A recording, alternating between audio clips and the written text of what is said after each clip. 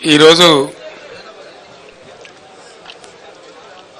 జనగామ జిల్లా కొంతమేరకు బస్సులో నుండి యాదాద్రి జిల్లా అట్లాగే సూర్యాపేట జిల్లాలో ఎండిపోయినటువంటి పంటలు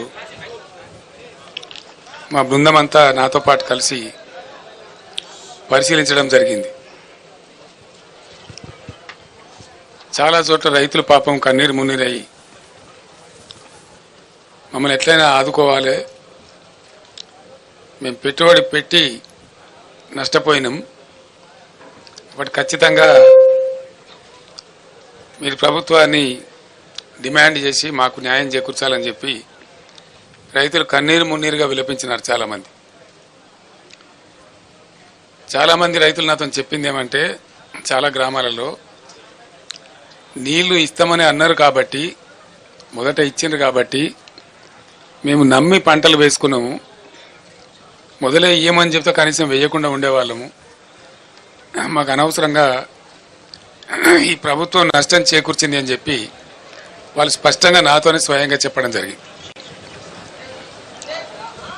రెండవది ఏంటంటే, గత 10 సంవత్సరాలు 10లో 2-3 సంవత్సరాలు మినహాయిస్తే 7-8 సంవత్సరాలు వ్యవసాయ స్థిరీకరణ అనే ఒక అంశాన్ని కేంద్ర బిందువుగా పెట్టుకొని రైతు బాగుంటేనే రాజ్యం బాగుంటుంది అనేటువంటి ఒక మంచి ఉద్దేశంతో గత బీఆర్ఎస్ ప్రభుత్వం కొన్ని స్పష్టమైన విధానాలు తీసుకొని చర్యలు చేపట్టింది. అందులో మీరందరూ కూడా చూసినారు ప్రత్యక్షంగా. దాన్ని ఒకటి, రైతులకు నీరు సరఫరా చేయడం అనేక పద్ధతుల ద్వారా. రెండవది, రైతుకు పెట్టుబడి ఇవ్వడం సరైన సమయంలో. రైతు బంధు అనేటువంటి కార్యక్రమాన్ని, దేశంలోనే వినూత్న కార్యక్రమాన్ని మొట్టమొదటిసారి తీసుకొచ్చి టైం మీద అదునుకు వాళ్ళకు అందేటట్టుగా రైతు బంధు పెట్టుబడి సహాయం చేయడం. మూడవది, 24 గంటలు రెప్పపాటు కూడా పోకుండా నాణ్యమైనటువంటి విద్యుత్ సరఫరా చేయడం. నాలుగవది, రైతుల యొక్క పంటలన్నీ కూడా 7,600 పైచిలకు కొనుగోలు కేంద్రాలు రాష్ట్ర వ్యాప్తంగా ఏర్పాటు చేసి ప్రతి గింజను ప్రభుత్వమే కొనుగోలు చేయటం. ఐదవది, రైతులకు అనుకోకుండా ఏదైనా సంభవిస్తే వాళ్ళకి రైతు బీమా ఏర్పాటు చేయటం. ఇటువంటి నిర్దిష్టమైనటువంటి పనులతోని వ్యవసాయ రంగం అద్భుతమైనటువంటి దశకు తెలంగాణలో పోయి, దానికి మీరందరూ కూడా సాక్షులు. 2014 ముందు 30-40 టన్నుల ధాన్యం కూడా పండించినటువంటి తెలంగాణ, 3,40 లక్షల టన్నుల ధాన్యానికి మించిన తెలంగాణ 3 కోట్ల పైచిలకు ధాన్యాన్ని ఉత్పత్తి చేసి పంజాబ్కే పోటీగా నిలిచి దేశంలో అగ్రస్థానానికి పోయేటువంటి పరిస్థితికి దూసుకొని పోయింది. ఇది కట్టుకథ కాదు, పిట్టకథ కాదు, ఇది నిజంగా ప్రజలందరి సాక్షిగా, మీ అందరి సాక్షిగా జరిగినటువంటి దృశ్యం, మనం చూసినటువంటి. చాలా బరువైనటువంటి గుండెతో నేను మాట్లాడుతూ ఉన్నా, బాధ కలుగుతూ ఉంది. ఇంత షార్ట్ పీరియడ్లో వితిన్ 100 days 110 daysలో ఇంత దుర్భరమైన పరిస్థితి చూస్తామని మేము అనుకోలేదు. రైతులు ఇంత ఏడ్చేటువంటి పరిస్థితికి పోతారని కూడా అనుకోలేదు.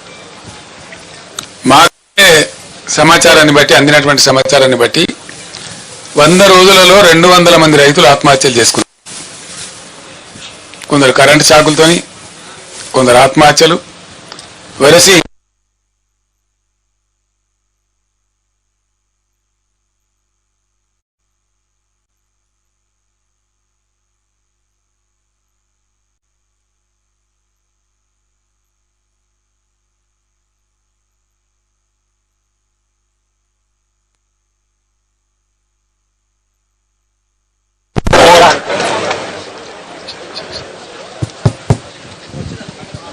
ఇట్లా పోతా వస్తూ ఉంటుంది కరెంటు.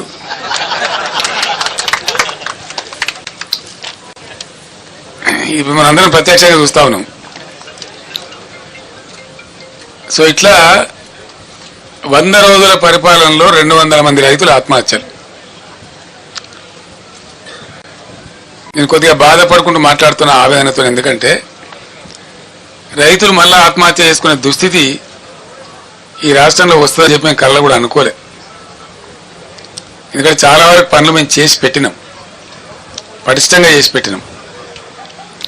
మరి ఎందుకు సంభవిస్తున్నట్టు ఈ ఆత్మహత్యలు? ఈ లక్షల ఎకరాల్లో పంటలు ఎందుకు పోతున్నట్టు? దయచేసి జర్నలిస్ట్ మిత్రులతో కూడా నేను ప్రార్థిస్తా ఉన్నా, మీరు కూడా ఆలోచన చేయాలి. మీరు ప్రజల పక్షాన ప్రజల కోసం ఉండేవాళ్ళు కాబట్టి నేను మీకు కూడా అప్పీల్ చేస్తా ఉన్నా, ఈ పరిస్థితి ఎందుకు వచ్చినట్టు మీరు కూడా పరిశీలన చేసి రాయండి. ప్రజల పక్షాన్ని నిలబడండి, రైతుల పక్షాన్ని నిలబడండి. ఇది రాష్ట్రం యొక్క మేలును కాంక్షించి. రాజకీయాలు ఎప్పుడు ఉంటుంటాయండి, రాజకీయాలు పెద్ద ఇష్యూ కాదు. రాజకీయం ఎన్నికలు వస్తాయి, గెలిచేటోడు గెలుతాడు, ఓడతాడు ఓడతాడు, ఎల్లయ్య కాకపోతే పుల్లయ్య కాకపోతే మల్లయ్య ఎవడోడు, అదే సాధారణంగా జరిగే విషయం, రొటీన్. దానికి పెద్ద ఇంపార్టెన్స్ లేదు. కానీ ఈ సామాజికమైనటువంటి పరిస్థితి తెలంగాణలో అద్భుతంగా మారి ఉన్నత శిఖరాగ్రాలకు చేరుకొని దేశంలోనే నంబర్ 1 స్థాయికి ధాన్యం ఉత్పత్తిలో ఎదిగిన రాష్ట్రం అనతి కాలంలో, ఇంత స్వల్ప కాలంలో ఎందుకు ఈ బాధకు గురి కావాలి? దీనికి కారణం ఏంటి? నంబర్ 1, అద్భుతమైనటువంటి ప్రపంచ దేశాలు, యుఎన్ఓ దేశంలో దాదాపు 15-16 రాష్ట్రాలు కొనియాడి వాళ్ళు అమలు చేసుకుంటున్న పథకం మిషన్ భగీరథ. ఎందుకు మంచినీళ్ళ కొరత రావాలా? చీఫ్ సెక్రటరీ గారి స్టేట్మెంట్లు ఏమో సోర్సెస్ అన్ని బరాబరే ఉన్నాయి, ఇవాళ భయపడే అవసరం లేదు, మీరు అద్భుతంగా ఉండొచ్చని చెప్తా ఉన్నారు. అసలు హైదరాబాద్ సిటీలో ₹1 నల్లా కనెక్షన్ ఇచ్చి 20,000 లీటర్ల ఫ్రీ వాటర్ ఇచ్చి రాష్ట్ర వ్యాప్తంగా ప్రతి ఇంటిలో నల్లా పెట్టి, దీన్ని కూడా మీరు అందరు సాక్షి, జర్నలిస్ట్ మిత్రులు కూడా. దానిలో ఎందుకు లోపం వస్తుందంటే నాకు అర్థం కాదు. ఏం కారణం? మేము అసెంబ్లీలో ఛాలెంజ్ చేసినాం, నేను స్వయంగా యాజ్ ఎ చీఫ్ మినిస్టర్, ఈ టర్మ్ లోపల భగీరథ కంప్లీట్ చేయకపోతే వచ్చే ఎలక్షన్లో మా పార్టీ పోటీ కూడా చేయదు, మేము ఓట్లు కూడా అడగమని చెప్పి అంత ఛాలెంజ్గా చెప్పి తీసుకొని ఆ పథకాన్ని కంప్లీట్ చేసినాం. ఆ తర్వాత 5 ఏళ్ళు బ్రహ్మాండంగా నడిపినాం. బిందె పట్టుకొని ఆడబిడ్డ ఇక్కడ కనబడలే రోడ్డు మీద. పబ్లిక్ స్టాండ్ పోస్ట్స్ అన్ని మాయమైపోయినాయి రాష్ట్రంలో. ఏ టౌన్లో కానీ ఎక్కడ కానీ మంచినీటి ట్యాంకర్ మనకు కనబడలే గత 5 సంవత్సరాలు. మరి ఇప్పుడు ఎందుకు బిందెలు ప్రత్యక్షమవుతున్నాయి? ఎందుకు మళ్ళీ నీటి మూతలు స్టార్ట్ అయినాయి? ఎందుకు నీళ్ళ ట్యాంకర్లు విచ్చలవిడిగా వ్యాపారం చేస్తున్నాయి? హైదరాబాద్ సిటీలో కూడా ట్యాంకర్లు పెట్టాల్సిన దుస్థితి ఎందుకు దాపరిస్తూ ఉంది? ఇవి ఆలోచించాల్సిన విషయాలు. ఇంకో విషయం ఏంటంటే కరెంటు. 1.5 సంవత్సరంలో డిస్ప్రపోర్షనేట్గా చాలా దారుణంగా ఉన్నటువంటి విద్యుత్ రంగాన్ని సుమారు 35,000 కోట్లు ఖర్చు పెట్టి రకరకాల పద్ధతులన్నీ అవలంబించి సెంట్రల్ ఎలక్ట్రిసిటీ అథారిటీని కూడా సంప్రదించి మా మెదడంతా కరగదీసి అద్భుతమైనటువంటి కరెంటును మేము తీర్చిదిద్దినాం. భారతదేశంలో అన్ని రంగాలకు 24 గంటలు 1 సెకండ్ కూడా కరెంటు పోకుండా ఏర్పాటు చేసినటువంటి ఘనత మా ప్రభుత్వానికి. అది మీరందరూ అనుభవించినారు, మీరందరూ చూసినారు. ఆనాడు కరెంటు పోతే వార్త, ఇవాళ కరెంటు ఉంటే వార్త అనే కాడికి వచ్చింది. ఇది ఎందుకు వస్తుందండి నాకు అర్థం కాదు. ఒక సెటిల్డ్ సిస్టమ్. విద్యుత్ అనేది చిన్న విషయం కాదు కదా, నోటి మాటలు కాదు కదా, కట్టుకథలు పిట్టకథలు కాదు కదా. ఒక అద్భుతమైన వ్యవస్థ. దాన్ని తీర్చిదిద్ది 7.5-8 ఏళ్ళు అద్భుతంగా మేము మొత్తం ప్రజలకు సరఫరా చేసినాం. కమర్షియల్ కావచ్చు, డొమెస్టిక్ కావచ్చు, అగ్రికల్చర్ కావచ్చు, ఇండస్ట్రీ కావచ్చు, ఐటీ కావచ్చు, ఇంకా మరే ఇతర రంగమైన కావచ్చు, అందరికి కూడా ప్రజలందరికీ కూడా 24/7 పవర్ అద్భుతంగా సప్లై చేసిన ఒకే ఒక్క రాష్ట్రం భారతదేశంలో తెలంగాణ, అగ్రగామి రాష్ట్రం. మరి ఆ రాష్ట్రానికి ఏం చెదలు పట్టింది? అలా 100 రోజులలో ఇంత అస్తవ్యస్తమైంది. దీని ఉన్న తమాషా ఏంది? కొత్తగా నడిపించేది ఏం లేదు, కొత్తగా మొదలు మోసేది లేదు, కట్టెలు కొట్టేది లేదు, కొత్తగా పెద్ద గడపడలు పట్టి తవ్వేది లేదు. ఉన్న వ్యవస్థ ఉన్నట్టు జరిగించలేని అసమర్థత ఏంది, అశక్తత ఏంది? కట్టిన ఇల్లు పెట్టిపోయి కదా, దాన్ని నడిపించే తెలివి కూడా లేకపోతే ఎట్లా? అంటే మనకు స్పష్టంగా దీన్ని బట్టి అర్థమవుతున్నది ఏంటంటే, ఇప్పుడున్నటువంటి రాష్ట్రాన్ని పరిపాలిస్తున్నటువంటి పార్టీ ప్రభుత్వం యొక్క అసమర్థత, అవివేకం, తెలివి తక్కువతనం, అవగాహన రాహిత్యం, దేన్ని ఎట్లా వాడాలనో తెలియనటువంటి ఒక అర్భకత్వం మనకు స్పష్టంగా కనపడతా ఉంది. ఉన్న కరెంటును వాడుకోవడం తెలియలేదు, ఉన్న మిషన్ భగీరథ వాడుకునే తెలియలేదు. అద్భుతంగా వచ్చినటువంటి హైదరాబాద్ నీళ్లు మళ్ళా ఇలా వాటర్ బిల్స్ వస్తూ ఉన్నాయి, ట్యాంకర్లు వ్యాపారం జరుగుతూ ఉంది, కొనలేక జనం చేస్తూ ఉన్నారు. మళ్ళా జనరేటర్లు, ఇన్వర్టర్లు, కన్వర్టర్లు వస్తూ ఉన్నాయి, మళ్ళా స్టెబిలైజర్లు కొనుక్కునే పరిస్థితి వస్తూ ఉంది. మీ అందరి ఇన్ఫర్మేషన్ కోసం నేను ఒక మాట చెప్తా ఉన్నా. హైదరాబాద్కు పెట్టుబడులు ఐటీ రంగంలో, ఇండస్ట్రీలో అద్భుతంగా వస్తున్న తర్వాత హైదరాబాద్ను పవర్ ఐలాండ్ సిటీగా మార్చినాం మేము. ఎటువంటి పరిస్థితి వచ్చిందంటే ఐటీ కంపెనీ వాళ్ళు, పెద్ద పెద్ద వాళ్ళు, చాలా పెద్దవాళ్ళు, ఇంటర్నేషనల్ దిగ్గజాలు న్యూయార్క్లో పోతుంది పవరు, లండన్లో పోతుంది, కానీ హైదరాబాద్లో పోదురా అనే స్థితి తెచ్చినాం. అది మీకు నేను బట్టి స్టోరీ లాగా చెప్తలేను. దాన్ని ఏం చేసినామంటే బీఆర్ఎస్ ప్రభుత్వం వచ్చిన కొత్తలో ఈ రాష్ట్రంలో నేషనల్ గ్రిడ్కు మన రాష్ట్రం కనెక్టెడ్ లేకుండే, అనుసంధానం లేకుండే. ఒక 5-6 లైన్స్ వార్దా డిచ్పల్లి కావచ్చు, వరంగల్ వరోరా కావచ్చు, అంగుల్ పలాస కావచ్చు, PGCIL power grid corporation of India limited ఎంబడి నేనే చేసి రాత్రింబవళ్ళు వాళ్ళతోని కొట్లాట పెట్టుకొని ఈ 3 లైన్లు కల్పించినాం. దాంతో టోటల్ తెలంగాణ రాష్ట్రం, ఏపీ రాష్ట్రం కూడా మనతో పాటుగా నేషనల్ పవర్ గ్రిడ్కి అనుసంధానమైనాం. దాని ఫలితం ఏంటంటే మనకు ఏదైనా సందర్భంలో షార్టేజ్ ఏర్పడితే ఇండియా మొత్తంలో ఎక్కడ పవర్నా అక్కడి నుంచి కొనుక్కునేటువంటి అవకాశాన్ని కల్పించగలిగినాం. నంబర్ 1. నంబర్ 2, 7,600 మెగావాట్లుగా ఉన్నటువంటి ఇన్స్టాల్డ్ కెపాసిటీని దాదాపు 18,000 మెగావాట్లకు తీసుకుని పోయినాం. In addition to that 1,600 రామగుండంలో, 4,000 Yadadri thermal స్టేషన్లో, అంటే 5,600 మెగావాట్ల పవరు ఇంకా అడిషనల్గా వచ్చేటువంటి సదుపాయాన్ని కూడా కల్పించినాం. మొన్ననే ఎన్టీపీసీ 1,600 మెగావాట్లు ప్రధానమంత్రి స్వయంగా వచ్చి డెడికేట్ చేసినాడు. నేను వాళ్ళు ఎంబడబడి తరిమి దాన్ని చేయించిన ఆ రోజు 10 సార్లు నేనే రామగుండం వెళ్ళి మీకు ఏం కావాలో, రాష్ట్ర ప్రభుత్వం నుంచి ఏం సహకారం కావాలని చెప్పి అడిగి పర్సూ చేసి దాన్ని కంప్లీట్ చేయించినాం. అఫ్కోర్స్ మా ప్రభుత్వం పోయిన తర్వాత మొన్నొచ్చింది అది. మన ప్రైమ్ మినిస్టర్ వచ్చి దాన్ని డెడికేట్ చేసినాడు. ఇప్పుడు ఆ సప్లై కూడా యాడ్ అయింది. అంటే మా ప్రభుత్వం ఉన్నప్పటికంటే ఇంకొక 1,600 మెగావాట్లలో 85%. ఎన్టీపీసీ ఏం చేస్తుందంటే ఏ రాష్ట్రంలో ఉందో, ఏ రాష్ట్రం కోసం కట్టినరో దానికి 85% ఇస్తుంది, 15% ఏమో వాళ్ళు నేషనల్ కోసం తీసుకుంటారు. అంటే ఆ ప్రకారంగా అద్భుతమైన కరెంటు ఎంతైతే 1,600లో 85% అంటే ఆ సుమారు 1,500 వస్తుంది. 1,450 నుంచి 1,500 మెగావాట్లు అదనంగా యాడ్ అయింది.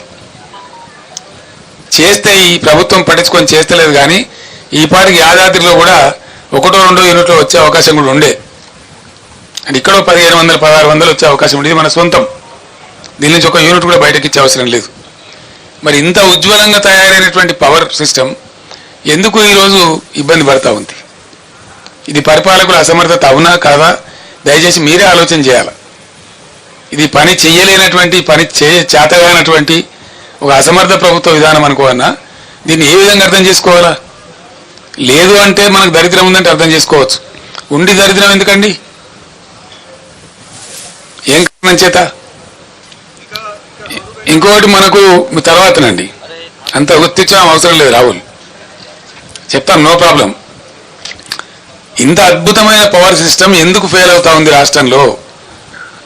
7 ఏళ్ళు నడిచినటువంటి సిస్టమ్, 7 years అద్భుతంగా అందరికీ అందుబాటులో ఉన్న కరెంటు స్విచ్ ఆఫ్ చేసినట్టుగా ఎందుకు మాయమైంది? దీనికి ఎవరు సమాధానం చెప్పాలా? ఎవరు బాధ్యత తీసుకోవాలా? ఈ క్రాస్ టాక్ కాదండి రాహుల్ గారు. You question your own heart, what is wrong with the system? 7 ఏళ్ళు 7.5 ఏళ్ళు బ్రహ్మాండంగా నడిచినటువంటి సిస్టమ్ 3 నెలల లోపల నడుస్తలేదు అంటే ఎవరికి అసమర్థత అండి? ఎవరి ఫెయిల్యూర్ ఇది? 100కు 100% నేను ఆరోపిస్తున్నా ఇప్పుడు ఉన్నటువంటి అసమర్థ, అవివేక, తెలివి తక్కువ కాంగ్రెస్ పార్టీ యొక్క అసమర్థత, మరేం కాదు. వాళ్ళకి వాడుకోవస్తలేదు, వాళ్ళకి తెలివి లేదు పాపం.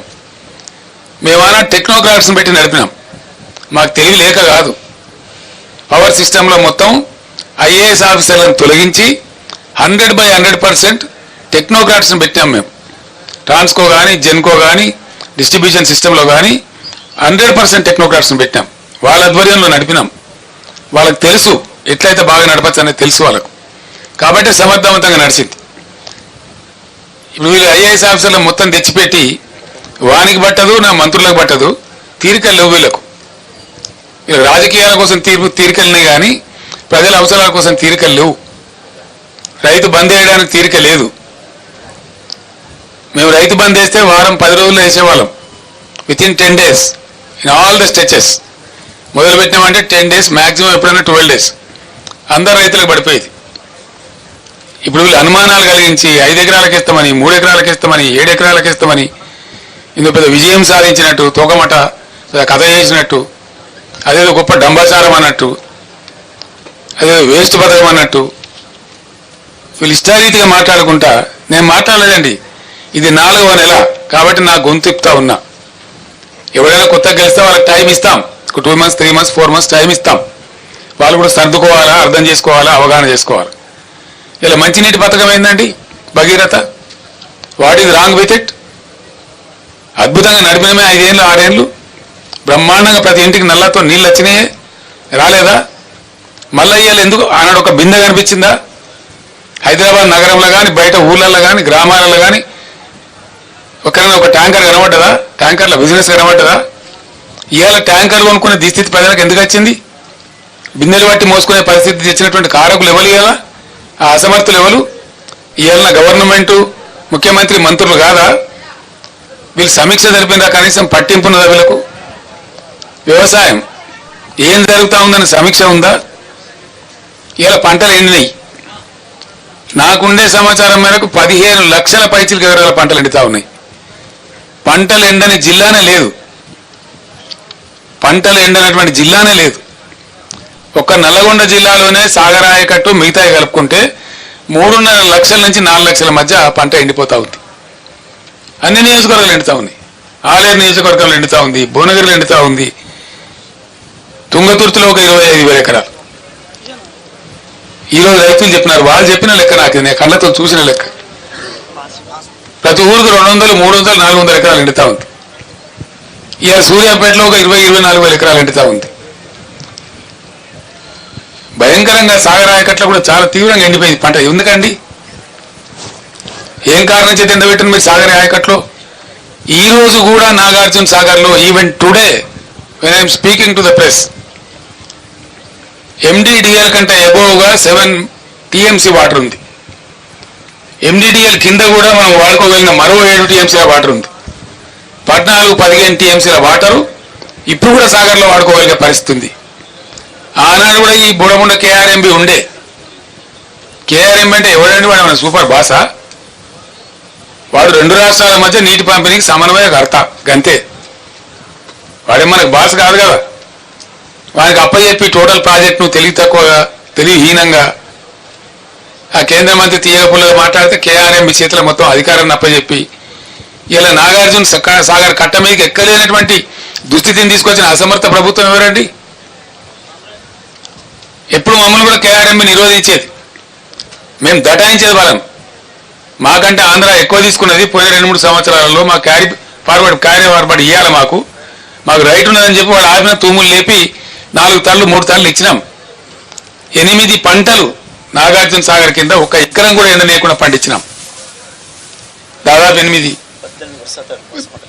18 పంటలు కొన్ని వర్షతలతోని దాదాపు 2 సంవత్సరాల పాటు ఎండనీయలే, 1 ఎకరం కూడా ఎండనీయలే.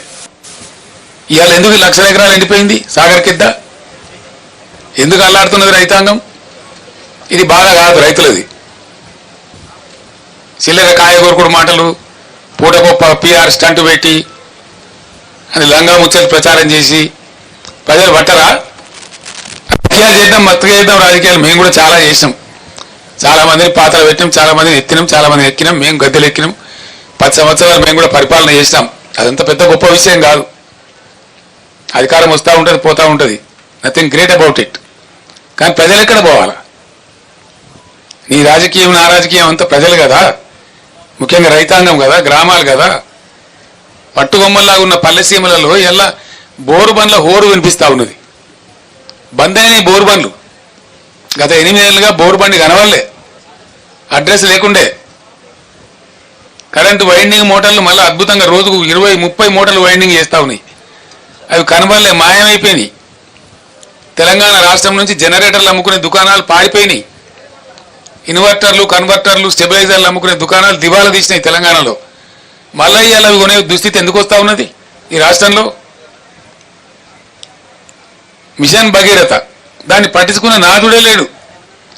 నేను ఒక 2-3 జిల్లాల ఇంజనీర్లు అడిగిన, ఏమిరా నాయన ఏందిది, మీరే కదా నడిపాను, నిర్మించింది మీరే, నడిపింది మీరే, ఏమైందంటే సార్ దీనిలో అసలు కిటుకు వేరే ఉన్నది, అడిగేవాళ్ళు లేడు. అప్పుడు మీ ఆఫీసులేమో స్మితా సబర్వాల్ గారు సెక్రటరీ గారు సపరేట్గా ఉండ్రి, దీని మీద ఎవ్రీ డే దీని మీద మానిటరింగ్ ఉంటుండే. ఎక్కడైనా కూడా గద్దలాగా వచ్చి వాలి అందరు ఇంజనీర్లను తీసుకొచ్చి టాప్ టు బాటం కూర్చోబెట్టి సమీక్ష చేస్తూ ఉండే, బ్రహ్మాండంగా జరుగుతూ ఉండే. ఒక చిన్న పైప్ ముక్క పోతే కూడా తెల్లారి లోపల వేసేవాళ్ళు. ఇవాళ 15 రోజులు కూడా పడుచుకునే వాళ్ళు లేడు, అజమాయిష్ కొరబడింది అని చెప్తున్నాడు వాళ్ళు. రెండవది ఏం చెప్తున్నారు, మిషన్ భగీరథ నీళ్ళు కరెక్ట్గా రావాలంటే మంచి వాల్యూమ్ ఉండకంటే మంచి హై క్వాలిటీ పవర్ 23 గంటలు కనీసం ఉండాలి, నిరంతర విద్యుత్ సరఫరా ఉండాలి. ఈ ప్రభుత్వం యొక్క తెలివి తక్కువతనం వల్ల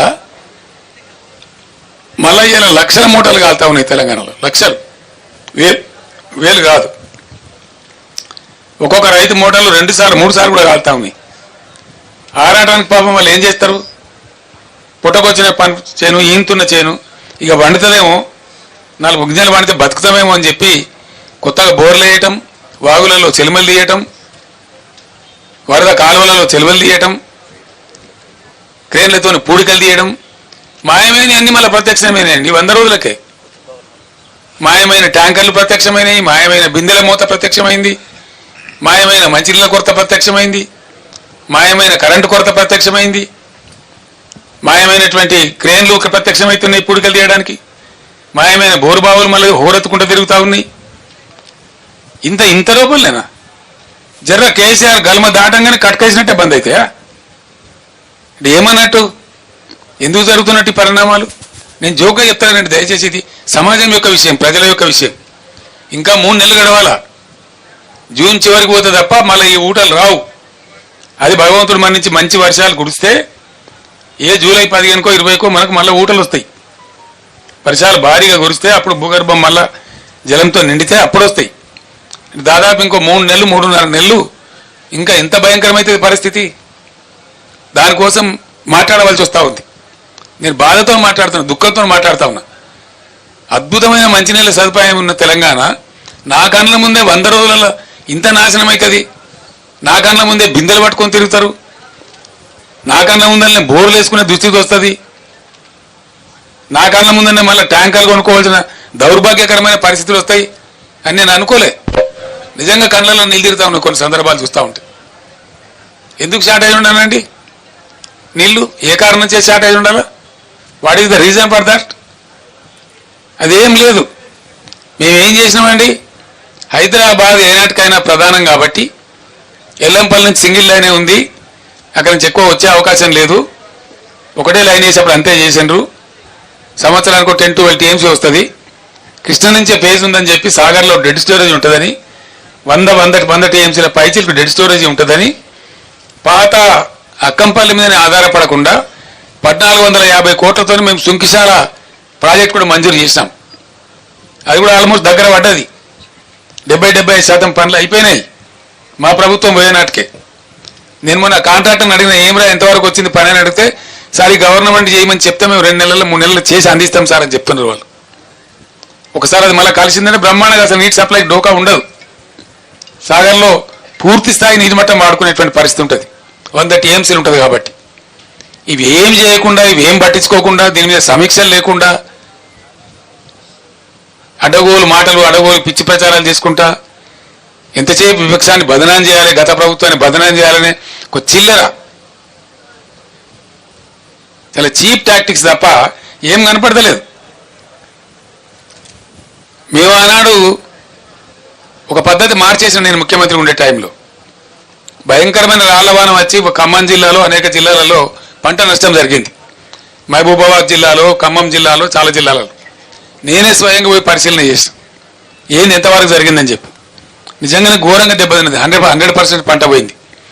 కానీ పంట నష్టం ఇచ్చే పరిస్థితి ఏంది? ఆ రోజు వరకు కూడా కేంద్ర ప్రభుత్వాన్ని నివేదిక పెట్టాలి, ఆ తోకగాలు రావాలి 3 నెలలకు, వాడు వచ్చే వరకు ఏమి ఉండదు, వాడు ఉల్టా రిపోర్ట్ రాయాలి, వాడేమి ఇయ్యాడు, వీడు తీసుకోడు, రైతుకు అందదు. దాంతో నేనే నిర్ణయించి రైతులు బలపడుతున్నారు కాబట్టి తెలంగాణ రాష్ట్రంలో మంచిగా అవుతున్నారు కాబట్టి మళ్ళా వాళ్ళ పరిస్థితి దిగజారద్దని చరిత్రలో ఎప్పుడు లేని విధంగా ఎకరానికి 10,000 రూపీస్ ఇచ్చిన నేను, ఇన్స్టెంట్ శాంక్షన్. అంత వెరీ డే ఆ పొలంలో నిల్చుండే అనౌన్స్ చేసి 5-6 రోజుల లోపల వాళ్ళకి నష్టపరిహారం అందజేసినాం. ఏ తుంగతుర్తికి 6 కోట్లు ఇచ్చినాం. మొత్తం దాదాపు 149 కోట్ల రూపాయలని పంపిణీ చేసినాం ఇమీడియట్ గా రైతులకు. అదే విధంగా 149 crores ఇచ్చినాం. రెండో విడత 3 అంటే సుమారు ఒక 500 కోట్ల రూపాయలను పంచినాం రైతులకు మేము. ఇవాళ లేదండి, రాలవని వాడికి అడిగే దిక్కు లేదు. ఓ మంత్రి ఓడు, ఓ ఎమ్మెల్యే ఓడు, దొంగలు కదా ముఖం సాటేసినట్టు. ముఖ్యమంత్రికి అయితే పట్టేలేదు, ఢిల్లీ యాత్రలే సరిపోతాయి. ఏది మరి నాకు అర్థం కాదు. ఎమ్మెల్యేలు ఓరు, ఎంపీలు ఓరు, మంత్రులు ఓరు, అధికారుల బృందాలు పంపించారు. మేము ఒకటే మాట చెప్తాను, ఇవాళ ఏది ఏమైనా సరే రణరంగం అయినా సరే ఈ ప్రభుత్వాన్ని మెడలు వంచుతాం, వదిలిపెట్టాం ఎట్టి పరిస్థితులలో, ఎట్ ఎనీ కాస్ట్. మేమన్నాడు 10,000 రూపాయలు, ప్రపంచంలోనే ఇయ్యాలి 10,000 రూపాయలు, 2,000 చేదో ఇచ్చి చిల్లర చేతులు దులుపుకునేది. మేము 10,000 రూపాయలు ఇన్స్టెంట్ గా ప్రకటించి 500 కోట్లు సుమారు పంచినాం. 450-460 కోట్లు పంచినాం. ఇలా అతి లేదు గతి లేదు. సుమారు 1,00,000 ఎకరాలలో పంటలు పోయినాయి, రాళ్లవానలు పడి, అకాల వర్షాలు పడి, కొన్ని హోరు గాలికి దెబ్బతిన్నాయి, వర్షాలు గుర్సి దెబ్బతిన్నాయి, కొన్ని రాళ్లవానకి దెబ్బతిన్నాయి. దానికి దిక్కు లేదు, దాని గురించి మాట్లాడడం లేడు. ఇవాళ ఉన్న మంత్రి, ముఖ్యమంత్రి, ఉప ముఖ్యమంత్రి వీళ్ళంతా ఏం మాట్లాడారండి? అసలు వాళ్ళ ముఖాలకైనాడు ఇయ్యలే. వాళ్ళు దిగిపోయిన నాడు కూడా 470 కోట్లు బకాయిలు పెట్టిపోతే మేము ఇచ్చినాం ఇన్పుట్ సబ్సిడీ, బీఆర్ఎస్ గవర్నమెంట్లో ఇచ్చినాం. వాళ్ళు ఎగబెట్టిపోతే 2014లో ఎగబెట్టిపోతే 2-3 ఏళ్ళ నుంచి ఉన్న బకాయిలు పెండింగ్ పెట్టిపోతే మేము క్లియర్ చేసినాం అవి క్యాబినెట్లో తీర్మానం చేసి. ఈరోజు మేము ఏం పెట్టలే, బకాయిలు లేవు. ఇలా జరిగింది. మేమన్నా 10,000 ఎప్పుడు చరిత్రలో ఇయ్యని 10,000 50 ఏళ్ళ కాంగ్రెస్ పరిపాలనలో ఎన్నడూ తెలుగుదేశం పరిపాలనలో ఎవడు ఇయ్యని 10,000 రూపాయలు మేము ఇస్తే దాన్ని కూడా ఎకసక్కం చేసి మాట్లాడినారు, ఘోరంగా మాట్లాడినారు. ఏ మూల సరిపోద్దండి 10,000, 20,000 రూపాయలు ఇవ్వాలి అని మాట్లాడినారు. మరి ఇలా ఏడ వండుకున్నారు? తలకాయ ఎక్కడ పెట్టుకున్నారు? ఏం చేస్తున్నారు? గుడ్డిగురాల పనులు తోముతున్నారా? వీళ్ళు రైతులు గారా? వీళ్ళు ప్రజలు గారా? పట్టింపు లేదా? వాళ్ళ తరఫున మాట్లాడటం లేరనుకుంటున్నారా? ఒక మహాసముద్రవంత పార్టీ బీఆర్ఎస్ పార్టీ ఉంది, ఊరుకోదు.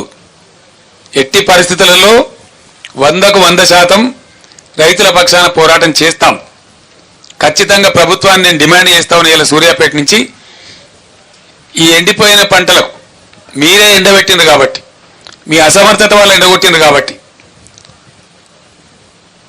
మీ అసమర్థత కాదు అని మీరు ఒప్పుకోకపోయినా ఎండిపోయినాయి కాబట్టి వెంటనే జిల్లా కలెక్టర్లకు ఆదేశాలు ఇచ్చి ఎన్యూమరేట్ చేయించాలి.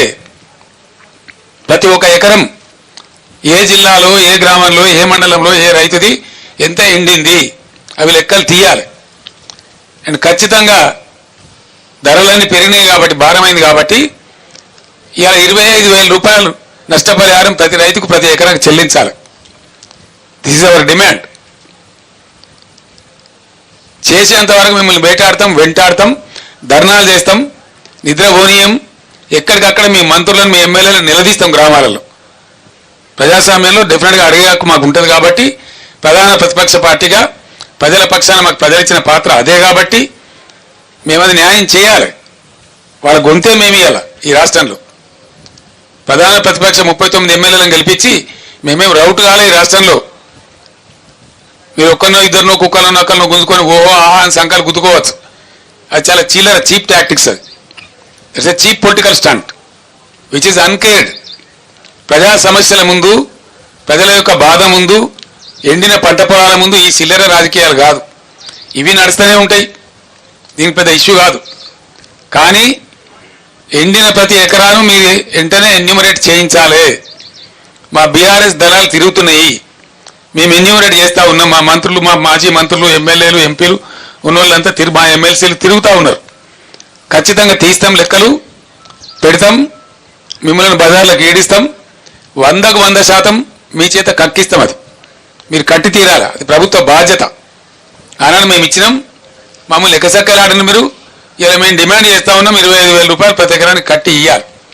దానికోసం డెఫినెట్గా మిషన్ భగీరథ నీళ్ళ సప్లై కూడా వెంటనే పునరుద్ధరించాలి. కరెంటు కూడా ఏముందండి నాకు అర్థం కాదు. పెద్ద మొగోళ్ళకి అసెంబ్లీలో ఉపన్యాసాలు చెప్పినారు. కరెంటు అప్పులు చేసింది, కరెంటు అప్పులు చేస్తా. అది ఎవరి కోసం చేస్తుందండి? కరెంటు అప్పులు చెయ్యాలి, ఎందుకు చేయకూడదండి? నేను అడుగుతా ఉన్నా. రైతాంగం పంటల మీద పెడతారా? ఆయన నేను చెప్పిన అసెంబ్లీలో గంట సేపు చెప్పిన ఉపన్యాసంలో పీక్ అవర్స్ వచ్చినప్పుడు ఒక 2 నెలల పాటో 3 నెలల పాటో నెలకు 1,100-1,400 కోట్లు పెట్టి 1,400-1,200 కోట్లు కాదు ఇక్కడ ఇష్యూ, ఎన్ని కోట్లు అన్నది కాదు. ఎంత కరెంటు షార్టేజ్ ఉంటే అంత పర్చేజ్ చేయాలి, ఇవ్వాలి, సప్లై చేయాలి. మేము అదే పని చేసినాం. అందుకే అన్నాడు రెప్పపాటు కరెంటు పోలే. మేము ఇప్పటికప్పుడు సమీక్షలు చేసుకొని కొంతమేర పెంచిన తర్వాత అప్పటికి లోడ్ ఏర్పడుతుంది అన్నమాట. అనూహ్యమైన లోడ్ వస్తుంది. మా అప్పటికంటే ఇప్పుడు ఎక్కువ లోడ్ ఏం రాలే, అంతే 500-600 మెగావాట్లే వచ్చింది. మేమున్నప్పుడు పీక్ లోడ్ 14,900 పైచీలకు పోయింది. మొన్న పీక్ లోడ్ 15,600కు పోయింది. అంటే దాని అర్థమైంది ఒక 600-700 మెగావాట్లు ఎక్కువైంది. అది మీరు కొంటలేరు, మీరు కూడా కొంత కొంటున్నారు, కానీ ఎంత అవసరమో రైతులకు రాష్ట్ర ప్రజలకు అంత మీరు కొంటలేరు. కాబట్టి కరెంట్ వస్తలేదు. చాలామంది రైతులు నాతో చెప్పినారు, ఎందుకు కాలుతున్నాయి మోటార్లు? మొన్నటిదాకా 8 ఏళ్ళు కాలని మోటార్ ఎందుకు కాలుతుంది సార్? చాలాసార్లు వస్తున్నది పోతున్నది, వస్తున్నది పోతున్నది. రోజులో 5 సార్లు 6 సార్లు 7 సార్లు వస్తున్నది పోతున్నది. అక్కడక్కడ మా వాళ్ళు సభలు మాట్లాడుతుంటే పోతా ఉన్నది. ఇదే జగదీశ్వర రెడ్డి గారు సూర్యాపేటలో సభ, నల్లగొండలో సభ మాట్లాడుతుంటే 5 సార్లు పోయింది. పోయినప్పుడల్లా బయట కింద కూర్చున్న వాళ్ళంతా జై కాంగ్రెస్ అంటున్నారు. ఇది పరిస్థితి. అయినా మీకు సీమ కుట్టినట్లేదు, మీకు బాధ లేదు, ఇబ్బంది లేదు. ఈసారి బడగాడుపులు ఉంటాయని చెప్తున్నారు, భయంకరమైన గాడుపులు ఉంటాయని చెప్తున్నారు. అయినా పట్టించుకునే పరిస్థితి లేదు. కానీ మేము మాత్రం ఊరుకునే పరిస్థితి కాదు. ఎట్టి పరిస్థితులలో మీకు అసలు పట్టింపే లేదు రైతులంటే.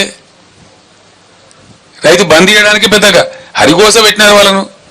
వస్తుందా రాదా ఒక భయంకరమైనటువంటి పరిస్థితి తెచ్చినారు. సాగునీరు ఇవ్వడంలో విఫలమైనారు, తాగునీరు ఇవ్వడంలో ఘోరంగా విఫలమవుతా ఉన్నారు. ఏం కారణం? ఇప్పటికైనా మేల్కోండి.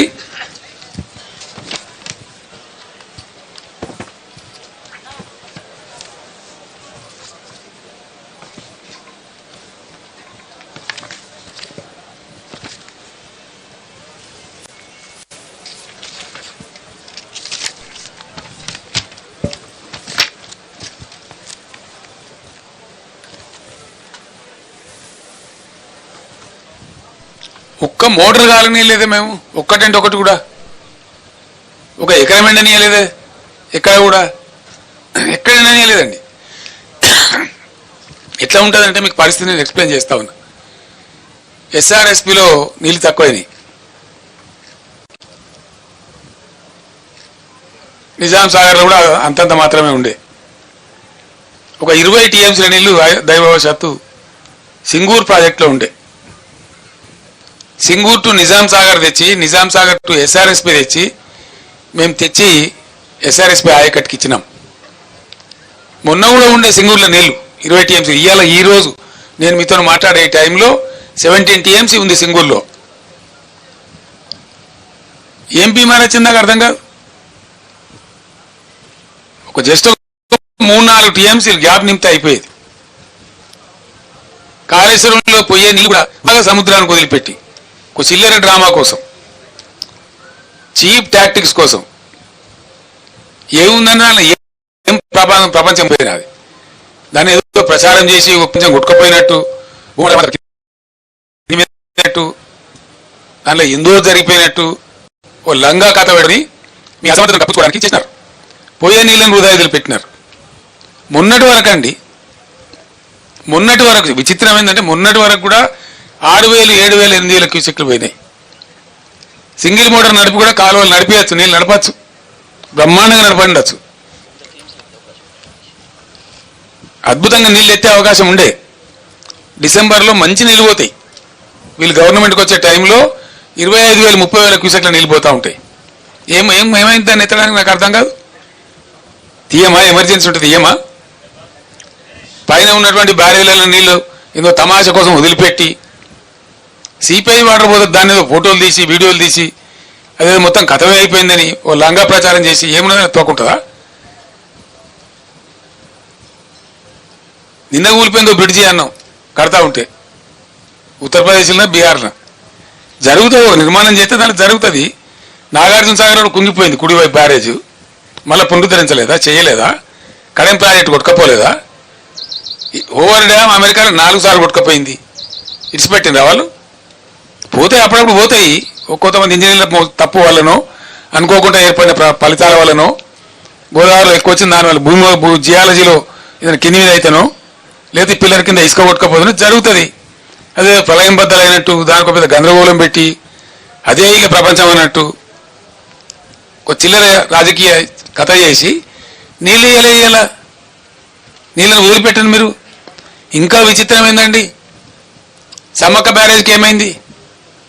దేవాలయం నీళ్ళు ఎందుకు పంపించలేరు? ఎందుకు ఇలా స్టేషన్ గన్పూర్లో జనగామలో ఆలేరులో ఎందుకంటే పెడుతున్నారు పొలాలు? ఏం రోగం వచ్చింది మీకు? పవర్ సేవ్ చేస్తారట. ఎవరి కోసం సేవ్ చేస్తారంటే రైతులు వదిలేయడానిక.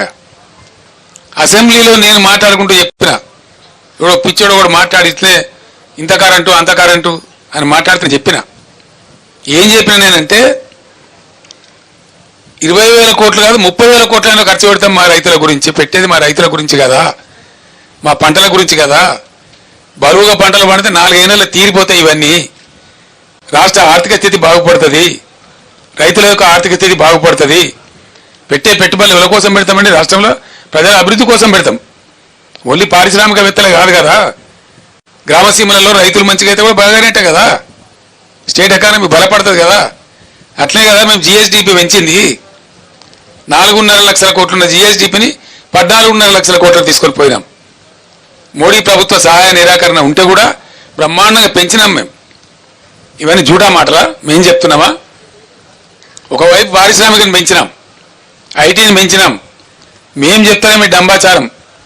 ILO ఇంటర్నేషనల్ లేబర్ ఆర్గనైజేషన్ జెనీవాలో ఉంటుంది. వాళ్ళు మొన్న విడుదల చేశారు. 3 సంవత్సరాలు 2019 నుంచి 2021 వరకు తెలంగాణ రాష్ట్రం భారతదేశంలో బ్రహ్మాండమైన ప్రగతి సాధించింది. 17 లక్షల మందికి పరిశ్రమల్లో ఉద్యోగాలు కల్పించిందని చెప్పి ILO ప్రకటించింది. మన పేపర్లలో వచ్చింది. ఇంటర్నేషనల్ లేబర్ ఆర్గనైజేషన్ వాళ్ళు పైరవీలు అయితే ప్రకటించరు, దండం పెడితే ప్రకటించరు. నిజంగా జరిగితేనే ప్రకటిస్తారు.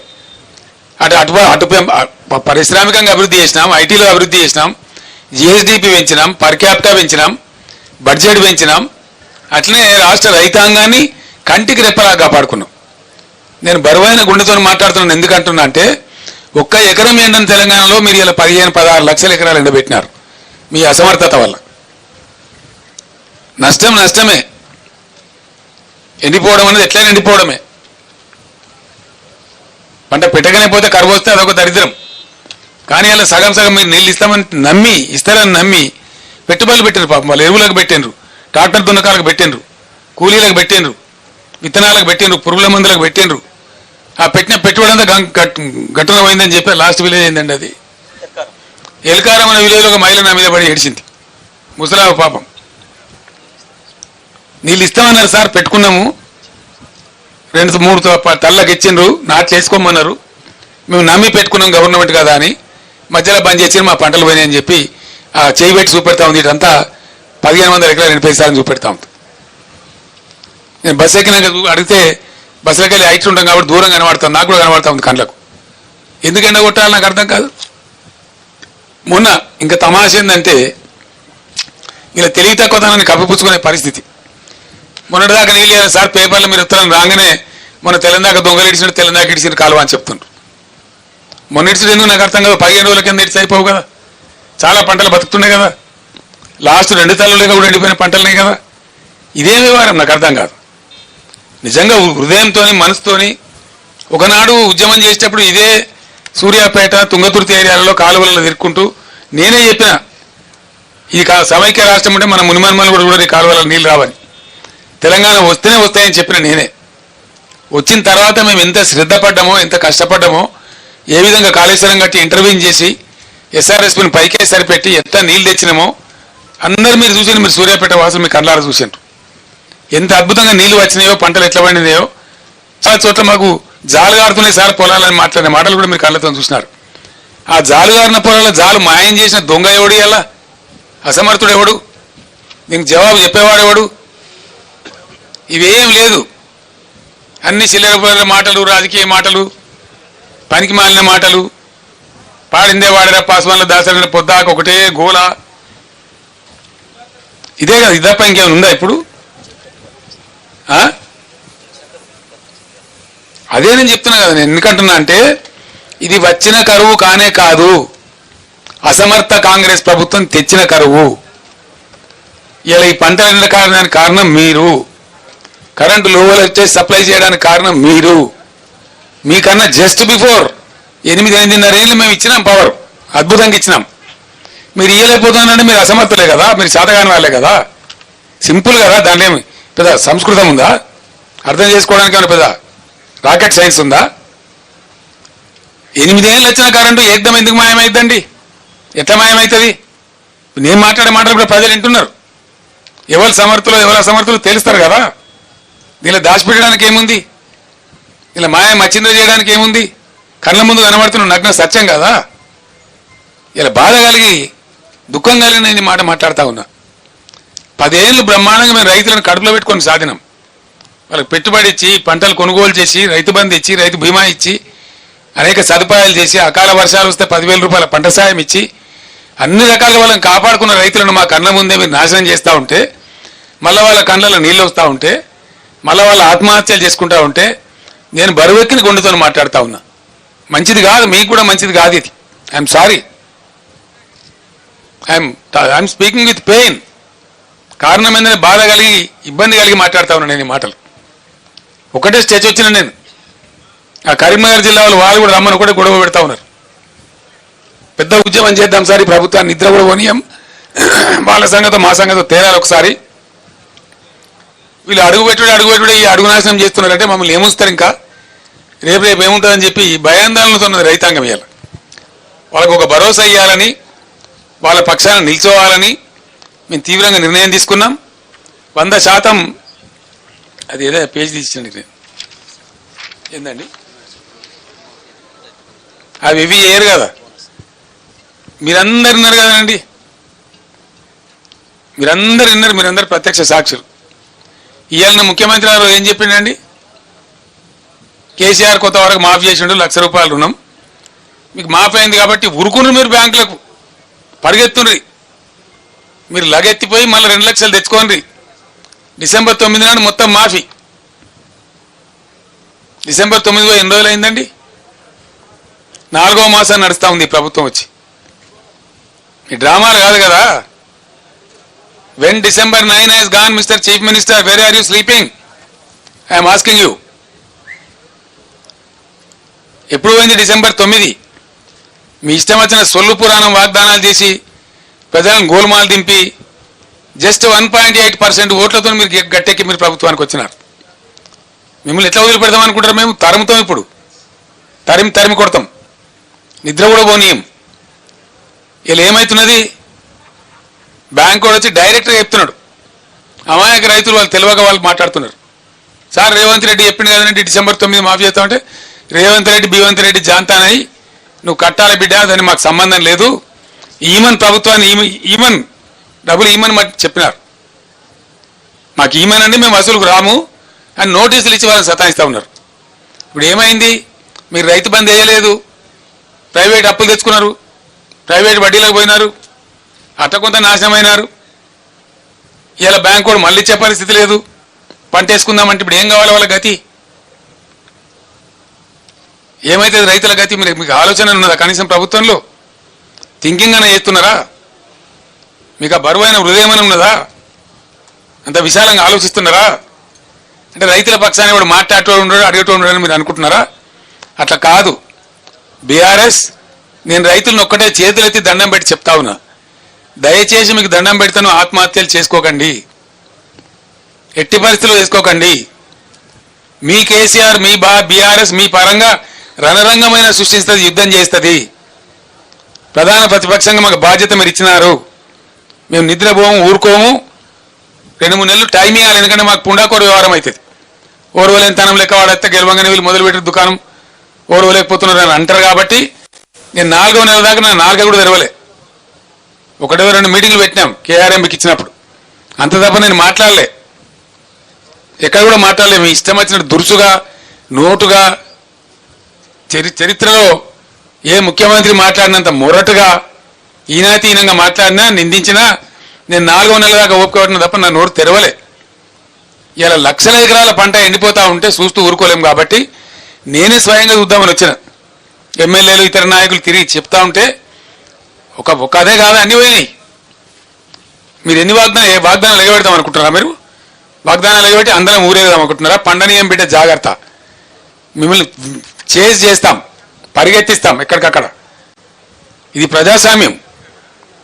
మీరేదో 4 కార్యకర్తల మీద 4 పోస్టులు పెట్ట. ఇంకా తమాష ఏంటంటే తుంగతుర్తిలో ఎవడో చెప్తున్నాడు, సార్ మీకు వస్తే చెప్తామని చెప్పి కాంగ్రెస్ వాళ్ళు బెదిరిస్తున్నారు సార్ అని చెప్తున్నాడు. రైతులనే కేసీఆర్ పర్యటనలో వచ్చి వాడు చెప్పొద్దట, షికాయత్ చేద్దట, వాళ్ళకి కలిగిన బాధ కూడా చెప్పుకోవద్దట, సోషల్ మీడియాలో పోస్టులు పెట్టొద్దట, పోలీసులు పోయి బెదిరిస్తున్నారు. నేను పోలీసు సోదరులు కూడా విజ్ఞప్తి చేస్తా ఉన్నా, ఇవి ప్రజాస్వామ్యం, ప్రజలు ఉంటారుగా, ప్రజల బాధలు ఉంటాయి.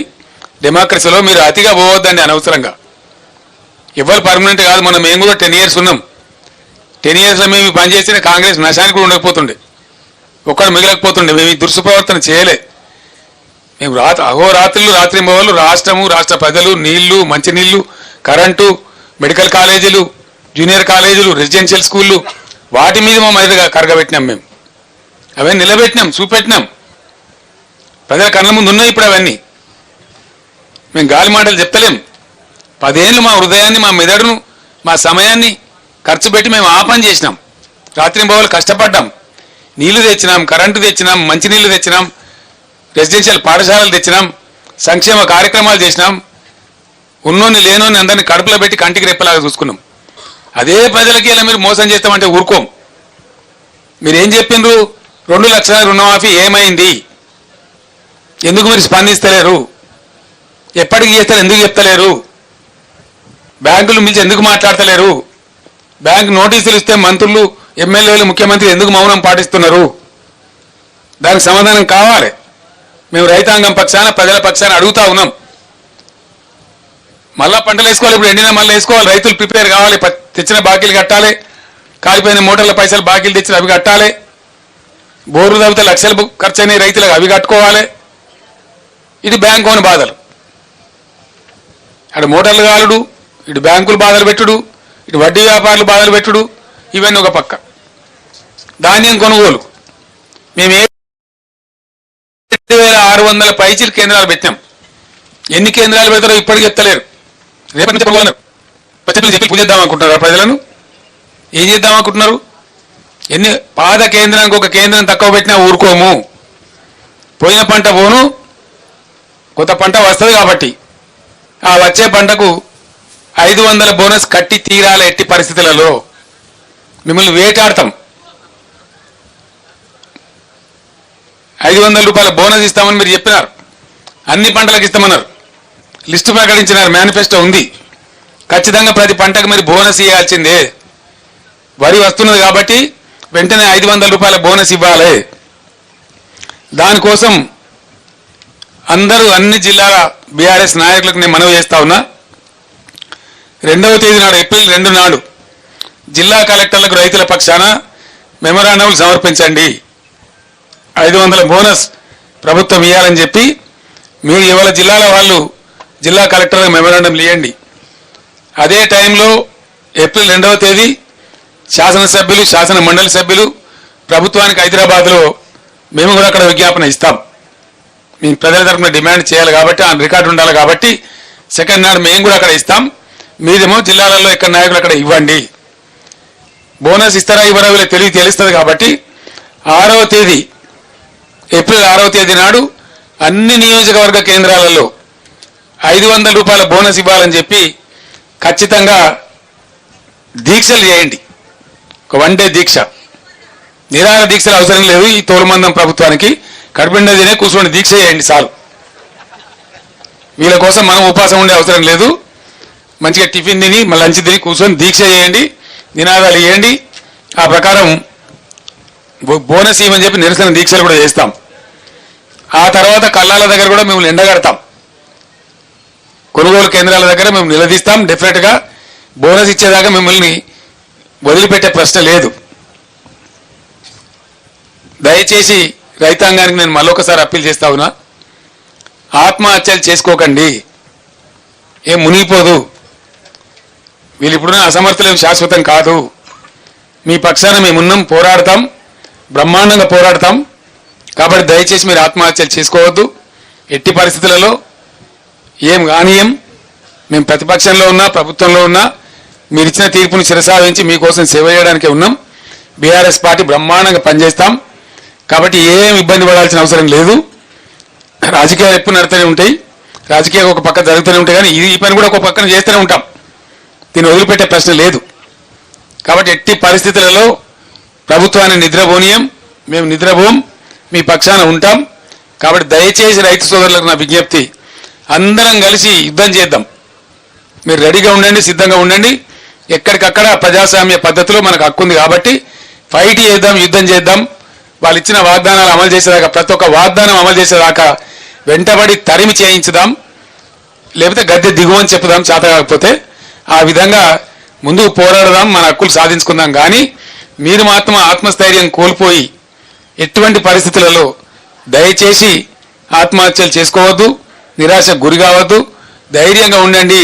మీ పక్షాన బీఆర్ఎస్ ఉంది, కేసీఆర్ ఉన్నాడు, ఎవ్వరేం ఆగం కాలేదు. కాబట్టి ముందుకు పోదాం, పోరాటం చేద్దాం. ఆ రకంగా ముందుకు పోదామని తెలియజేస్తా ఉన్నా. No questions today, no politics today. నేను తేలే 4,000 తెచ్చిన నేను. ఇనవా బాబు, బీ పేషెంట్ మిస్టర్ రాహుల్. నేను శాంక్షన్ చేయించింది 4,000 మెగావాట్ల థర్మల్ స్టేషన్. దాంట్లో వాళ్ళు ఏమన్నారంటే 1,600 మెగావాట్లు ఇమీడియట్ చేసిస్తాం, మీరు మాకు కావాల్సిన సదుపాయాలు ఇవ్వమన్నారు. అప్పుడు నేను ముఖ్యమంత్రిగానే దానికి వాటర్ అలొకేట్ చేసినాం. ఎల్లంపల్లి బ్యారేజ్ నుంచి భూమి అలాట్ చేసినాం. వాళ్ళు అడిగిన పర్మిషన్లను ఇచ్చినాం, మొదలు పెట్టినారు. 2 ఏళ్ళు ఆలస్యమైంది. అయినా 1,600 మెగావాట్స్ వచ్చింది, యాడ్ అయింది. దీని వాట్ ఈజ్ యువర్ క్వశ్చన్?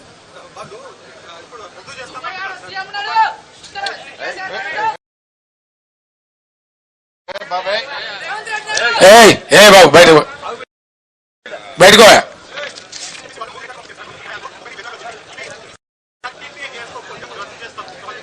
ఎవరు చేసుకోవాలి ఇప్పుడు పీపీఏ చేయాలి కదా. అదే దానికి నన్ను అడతావా క్వశ్చన్? దానికి నన్ను అడతావా అంటున్నా నేను అనేది.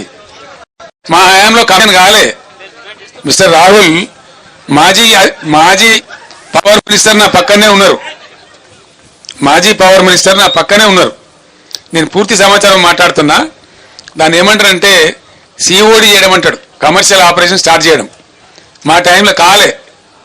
మొన్న కదా ప్రధానమంత్రి వచ్చి కంప్లీట్ ఫైనల్ అయిన తర్వాత మొన్న నేషన్కి అంకితం చేసిండు ఆయన. ఇప్పుడు ఎవరు చేయాలి? పీపీఏ చేయాలి కదా. దానికి నన్ను క్వశ్చన్ అడుగుతావా? మీరు అందరూ వినాలా. మేము డిమాండ్ వాళ్ళు ఇచ్చింది మాకు, మేము ఉన్నప్పుడే ఇచ్చిందండి. Government is a continuous process. మీరు సిఓడి చేయండి, స్టార్ట్ చేయండి, మేము చేస్తామని చెప్పినాం. ఇయ్యాల కాదు కదా. మీకు ఇంకోటి తెలుసుకోవాలి. మీరు తెలియక మాట్లాడుతున్నారు. మీరు తెలుసుకోవాల్సింది ఏంటంటే మేము పీపీఏ చేస్తేనే కదా వాళ్ళ జనరేషన్ పని స్టార్ట్ చేసింది, వర్క్ బిగిన్ చేసింది. ఆ రోజు మేము పీపీఏ చేసినాం. That it self is an agreement. కొత్తగా చేయాల్సింది ఏముండదు. సిఓ చేసిన తర్వాత మామూలుగా రొటీన్ నడిచిపోతుంది అంతే. అది మామూలు ఫార్మల్ లెటర్. ఎగ్జాక్ట్లీ.